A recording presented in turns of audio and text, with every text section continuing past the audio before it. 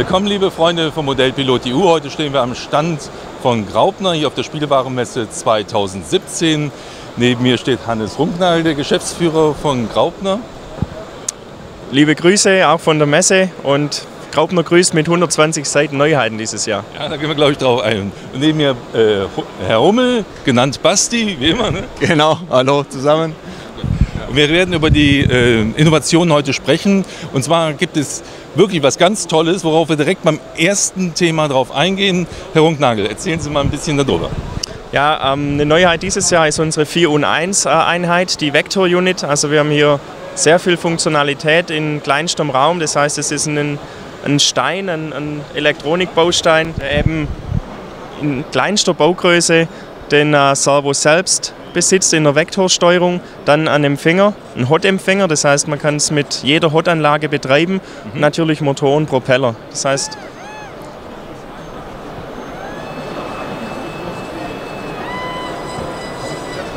das alles auf kleinster Baugröße.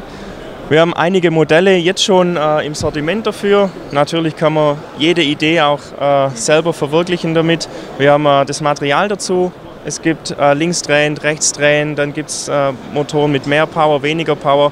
Eigentlich kann man sehr viel damit auch selber bauen, also wirklicher Modellbau wieder betreiben, auf Modelle draufschrauben, den neuen Mini-Uhu damit ausrüsten. Also hier gibt es eigentlich unendlich viele Möglichkeiten, wie man diese Unit einsetzen kann. Das heißt also, man kann sich abends hinsetzen, macht sich einen Gedanken über sein eigenes Modell, braucht eigentlich nur diese kleine Vector-Unit, setzt sie rein. Und man hat sogar auch eine kleine Fernsteuerung. Man muss nicht unbedingt Hot haben, oder? Nee, das ist Hot. Die Fernsteuerung ist auch Hot. Also die MZ4, die hat und zwar auch sehr viele Funktionen. Und zwar 2 Modellspeicher, 10 Modellspeicher und 2 Flugphasen. Okay. Also für so eine kleine Anlage doch schon recht viel. Und man kann auch beide Flugphasen über Tastenkombinationen einstellen. Das heißt größere Ausschläge, kleinere Ausschläge, Motordrehzahl nach oben setzen, Motordrehzahl runtersetzen. Ja, und dann kann man es auch für die dementsprechenden Ansprüche von seinem, sage ich mal, von seinem Kind zum Beispiel jetzt oder an sich anpassen, damit er einfach besser zurechtkommt. Ja. Das wäre ja auch ein tolles Thema, um neue Modellflieger heranzuziehen. Geht es da Gedanken zu?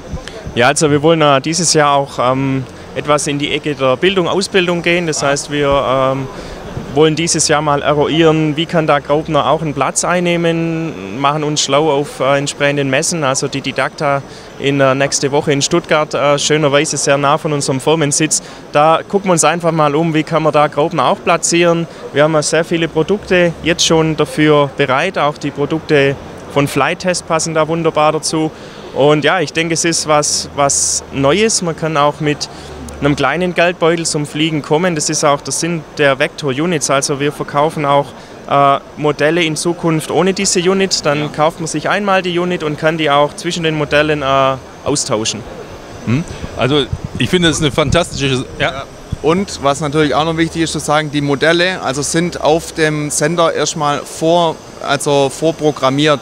Ja? Also mit einem Grundsetup, das man dann einfach nur noch ein bisschen nachstellen muss. Und die Bestellnummern haben die Endziffer. Also die Endziffer der Bestellnummer ist der Modellspeichernummer.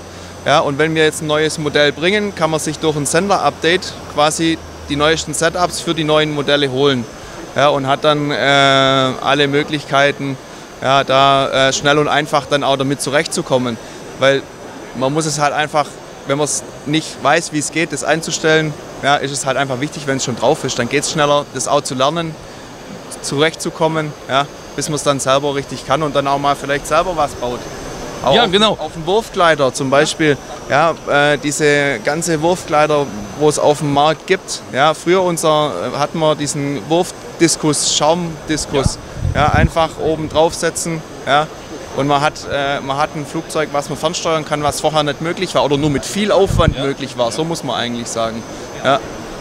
Dann kriegt man so kleine Wurfgleiter, egal von wem die kommen, ja dann auch zum Fliegen. In die Luft, genau, wirklich in die Luft. Oder auch eigene Fantasiemodelle. Genau, ja. Ja, das soll ein bisschen der Sinn sein. Also wir wollen einfach auch die Kreativität anregen von Modellbauern rein aus der Serie der Vector Planes oder mit der Vector Unit kommen dieses Jahr mit Sicherheit 5, 6 Modelle von uns.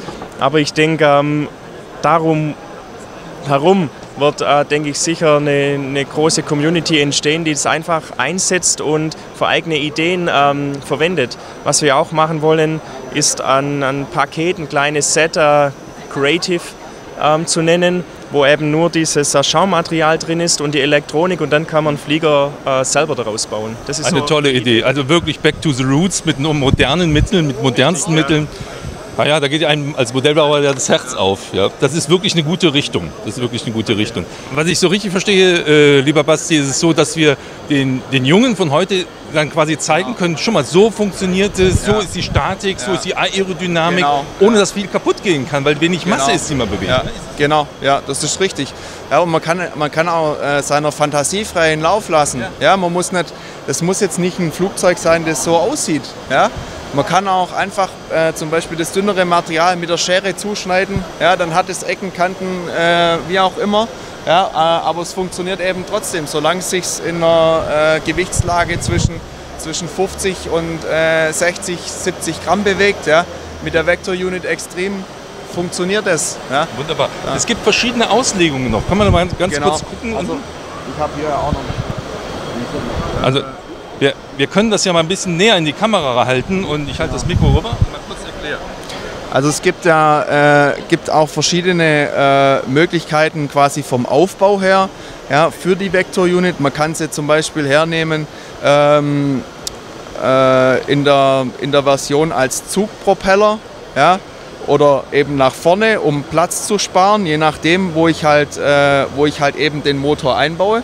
Ja, es sind linksdrehende Motoren erhältlich, rechtsdrehende Motoren, um das Drehmoment auszugleichen. Denn es ist so, wenn Sie es mit einem normalen Hotsender benutzen, können Sie 2 von den Einheiten an einen Modellspeicher binden. Ja, und dann im Grunde die jetzt flach, die jetzt flach in das Flugzeug einbauen. Dann hat man über einen Delta-Mischer, kann man dann Querruder, Höhenruder, und über die Gaszumischung können Sie das Seitenruder machen. Ja? So. Und dann kann man sie eben in den verschiedenen Arten aufbauen, je nachdem, wo es halt am besten reinpasst, wie es reinpasst. Man kann auch hergehen, ich mache den Motor vom Servo oben weg, stecken irgendwo hin, ja? Also wie die Kabellänge es halt zulässt. Ne? Bauen dorthin, mache oben einen Servoarm drauf, kann ein Ruder damit anlenken. Ja? Das ist wirklich der Fantasie. Soll die Fantasie anregen. Also das ist wirklich, es gibt eigentlich kein Limit, wo man es nicht einsetzen kann, außer eben das Gewicht. Also man muss halt, man sieht es an der Größe der Motoren, da ist man halt ein bisschen gebunden. Die Reichweite des Empfängerbausteins intern reicht locker aus, um die Modelle dieser Größe im Sichtbereich fliegen zu können. Im Sichtbereich also und unter 100 Meter zu betreiben. Wunderbar, wunderbar. Also es ist auch, man kann sich von der Größe her, sage ich mal, alles, was auf ein A3-Blatt passt, ja, von Rumpf und Tragfläche, ein bisschen drüber raus vielleicht, ne, kann mit der Vector Unit, also mit der normalen, geflogen werden. Alles, was dann ein bisschen größer wird, ja, kann man dann mit der Vector Unit extrem fliegen. Ja. Jetzt mal was zur Vector. Also ich sehe ja schon die Hallenfreaks vor uns. Ja? Die werden jetzt gucken, was kann ich damit machen? Genau. Kann ich 20, 30 Stück anschließen? Also es ist so, dass der Empfänger, das ja ein Hot-Empfänger ist, der Empfänger kann 12 Kanäle bedienen. Ja. Das heißt, man kann 12 einzelne quasi Einheiten jetzt an einen Sender binden. Das ist unglaublich. Ja, das heißt, da kann man ja hingehen und Miniatur-Jumbo bauen. Baut die Teile in die Turbinen quasi ein. Nicht? Ja. Oder man baut dann das eine außen in die Tragfläche ins Querruder, das andere, man muss kein Kabel verlegen. Ja, super. Ja, und steckt halt dann nur einen Akku ein. Ja. Oder man spart sich man macht halt eben eine komplette Stromversorgung für alles und spart sich eine Litze, das ja beim Indoor-Fliegen halt dann bei einem Großmodell dann schon mal 30 Gramm sind. Und 30 Gramm sind manchmal 30% vom Flugzeug. Ne? Also ich denke, das ist wirklich was Tolles, was Sie, wollen wir mal gucken, wo die Reise hingeht. Und mich würde es sofort faszinieren, mit kleinen Geldbeutel direkt etwas machen zu können, was ich am Samstag im Kopf hatte, das am Sonntag schon fliegt. Genau. Ne? Genau. Ja, das ist eigentlich. Und das Tolle ist ja, bei dem leichten Gewicht kann ja was kaputt gehen. Nö. Das ist ja viel zu leicht, um es kaputt zu machen. Aber man hat sofort zwischen Ursache und Wirkung, wenn ich hier was drehe und da was drehe an der Tragfläche. Man kann jetzt zum Beispiel... Weiß man, woran es gelegen hat, nicht? Ja, also das ist jetzt nur für die Eltern. Die Kinder dürfen es nicht nachmachen. Ja, man kann das ja eben hier komplett zusammenknautschen. Ja. Und dann springt es eben wieder auf. Das ist ja wunderbar. Ja. Es ist eine tolle Sache. Also gehen wir mal zu den nächsten. Das nächste Thema wäre eine Stufe höher sozusagen. Das wären die? Das wären die Flytest-Modelle. Ja. Also wenn wir jetzt bei den Modellen bleiben, würde ich sagen, gehen wir zu den Flytest-Modellen und dann über zu den anderen Modellen und den Sendern dann. Ja, gerne, Hugendnagel. Okay. Ja. Lieber Basti. Und zum Schluss, Modellfliegen ist? Spitze. Ah, das ist schön. Heißt das nicht Spitzle bei euch? Nee, Spitze auch. Spitze, das ist was anderes.